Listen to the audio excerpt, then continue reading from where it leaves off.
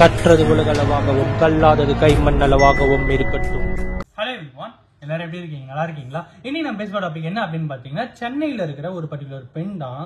நான் தான் அப்பவே சொன்னேன்ல, இது எல்லாத்துக்கும் காரணம் நான் தான். ஏர் இந்தியா ஃபிளைட்டோட ஆக்சிடென்ட்டுக்கும் நான் தான் காரணம். இந்த மாதிரி இந்தியாவில் ஏகப்பட்ட ஸ்கெட்ச் நான் போட்டு வச்சிருக்கேன் அப்படின்னு சொல்லி ஒரு பொண்ணு, ஒரு விமன், ஒரு மெயில், ரேண்டமாக ஒரு மெயில் வந்து சென்னையில, டெல்லியில, குஜராத்னு சொல்லிட்டு எல்லா இடத்துக்கும் அமைச்சிருக்காங்க. எல்லாத்துக்கும் மேல ஏர் இந்தியாவோட ஃபிளைட்டோடைய ஆக்சிடென்ட்டுக்கும் நான் தான் காரணம், நாங்க தான் பாம்பு வச்சோம், இப்ப எங்களுடைய நெட்வொர்க் பத்தி உங்களுக்கு தெரியுது அப்படின்னு சொல்லி பயங்கரமா ஒரு டிராஜிக்கான ஒரு சம்பவம் வந்து பண்ணியிருக்காங்க. அது என்ன ஆச்சு அப்படிங்கிற விஷயங்கள்லாம் இன்னைக்கு இந்த வீடியோல உங்ககிட்ட வந்து பேச போறேன். சென்னையில் இருக்கிற ரெனி ஜோஷில்டா அப்படிங்கிற ஒரு பர்டிகுலர் விமன், ஓகேங்களா? ஸோ அவங்க வந்து டெலைட்ல ஒர்க் பண்ற ஒரு பர்டிகுலர் விமன். இந்த பர்டிகுலர் விஷயத்துக்கும் ஏர் இந்தியாவுக்கும் என்ன சம்பந்தம் அப்படின்னா, ஏர் இந்தியா ஃபிளைட் ஆக்சிடென்ட் ஆகிறதுக்கு முன்னாடி அவங்க வந்து ஒரு மெயில் வந்திருக்கு. பாம்பு த்ரெட் வந்து குஜராத் வந்து வந்திருக்கு.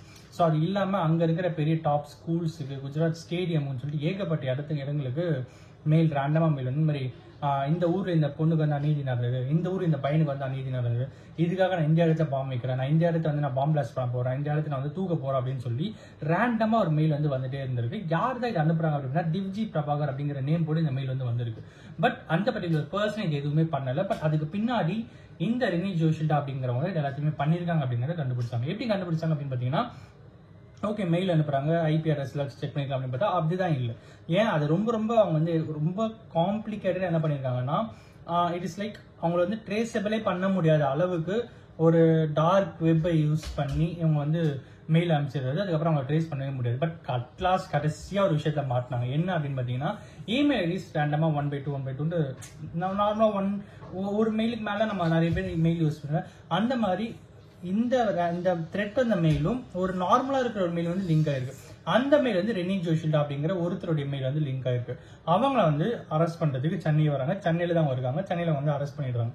இன்வெஸ்டிகேஷன் பண்ணும்போது என்ன தெரிய வருது அப்படின்னு பாத்தீங்கன்னா, இந்த ரெனி ஜோஷில்டா அப்படிங்கிறவங்க வந்து டிவ்ஜி பிரபாகர் அப்படிங்கிற பேர்ல தான் மெயில் அமைச்சிருக்காங்க. எல்லாம் அமைச்சா ஓகே, அது ஏன் டிவ்ஜி பிரபாகர் அப்படிங்கிற பேர்ல அமைச்சுன்னு கேட்டா, நானும் அவரு டெலாய்ட்ல ஒர்க் பண்றோம், எனக்கு வந்து அவர் மேல ஒன் சைடா லவ் இருந்தது, பட் அவர் வந்து என்ன லவ் வந்து அக்செப்ட் பண்ணிக்கல, அவங்களுக்கு ஏப்ரல் மந்த் ரீசெண்டா மேரேஜ் ஆயிடுச்சு, அதனால வந்து அக்செப்ட் பண்ணிக்க முடியல, ஏதாவது அவங்க வந்து டார்ச்சர் பண்ணிட்டே இருக்கணும்னு நினைச்சேன், அதுக்காக தான் எவ்வளவு பெரிய விஷயம் பண்ணேன், அவரை விச் மீன்ஸ் டிவ்ஜி பிரபாகரை டார்கெட் பண்ணி நான் இந்த மாதிரி மெயில் அனுப்பிச்சு அவர் அரெஸ்ட் பண்ணுவீங்கிறதுக்காக இந்த மாதிரி பண்ணேன். பட் அதுக்கு பின்னாடி நான்லாம் எதுவும் பண்ணல, இது எல்லாமே வந்து அவருக்காக, அவரை மாட்ட வைக்கணும் அப்படிங்கிறதுக்காக அப்படிங்கிறது சொல்ல வந்ததுக்கு அப்புறம் தான் பெரிய விஷயம் வந்து வெளியே வந்திருக்கு. ஒரு 240 பேர் இறந்த ஒரு விஷயத்துக்கும் இவங்க வந்து நான் தான் காரணம் அப்படிங்கிற மாதிரி டிவ்ஜி பிரபாகர் பேரை போட்டு பண்ணது, அது எல்லாமே வந்து ஒரு லவ்க்காக, ஒரு ஒன் சைட் லவ்க்காக இவ்வளவு பெரிய விஷயங்கள் ஏன் பண்ணாங்க அப்படிங்கிறது தான் மிகப்பெரிய கொஸ்டின் மார்க்ஸா இருக்கு. எல்லாருமே கேட்குற இன்னொரு விஷயம் என்ன அப்படின்னு பாத்தீங்கன்னா, இவ்வளவு டேலண்ட்ஸ் இதெல்லாம் இருந்தும் ஏன் இந்த மாதிரி தப்பா இருக்காங்க அப்படிங்கிறது ஒரு பக்கம் இருந்தாலும், இவ்வளோ டேலண்ட் இருக்கிற அவங்க போலீஸ் டிபார்ட்மெண்ட், இதையே ஒர்க்காக வச்சிருக்கிற போலீஸ் டிபார்ட்மெண்ட் இதோடு பயங்கரமா அவங்களால வந்து எல்லாமே பண்ண முடியும். ஸோ அவங்களால இவங்களை ட்ரேஸ் பண்ணவே முடியாது அப்படிங்கிற மாதிரி எப்படி நினைக்கிறாங்க அப்படிங்கிற ஒரு மிகப்பெரிய கொஸ்டின் மார்க் வந்து எனக்கு தோணுச்சு. ஏன்னா வந்து ஒரு டீம், அவங்க வந்து ஒரு ஆர்கனைசேஷன், போலீஸ் டிபார்ட்மெண்ட் அப்படிங்கிறது ஒரு பெரிய சோர்ஸ் அவங்க. ஸோ அவங்க நினைச்சா யாரை வேணாலும் வந்து ஈஸியா ட்ரேஸ் பண்ண முடியும். ஜஸ்ட் லைக் நான் சிஸ்டம் முன்னாடி வந்துட்டு ட்ரேஸ் பண்ண முடியாது அப்படின்ட்டுலாம் கிடையாது.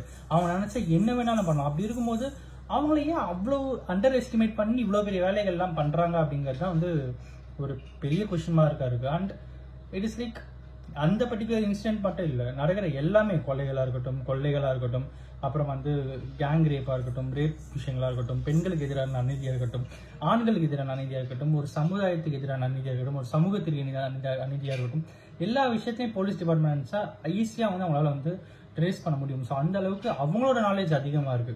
அதை புரிஞ்சுக்கிட்டாலே இங்க தவறுகள் இங்க பாதி குறையும் அப்படிங்கிறது தான் இந்த வீடியோ மூலமா அவங்க கிட்ட சொல்லிக்கணும் அப்படின்னு நினைச்சேன். அண்ட் அப்கோர்ஸ் பல நாள் திருடன் ஒரு நாள் மாட்டோம் அப்படிங்கிறதுக்காக இன்னைக்கு அவங்க வந்து மாட்டிருக்காங்க. அவங்களை அரெஸ்ட் பண்ணி ஃபர்தரா இன்வெஸ்டிகேஷன் வந்து போயிருக்கு. இன்னைக்கு இதை நான் அவங்க கிட்ட ஷேர் பண்ணுவேன். இந்த வீடியோ அதான் ஒருத்தருக்கு நிறைய இருக்குன்னு சொல்லி நான் நம்புறேன். Thanks so much.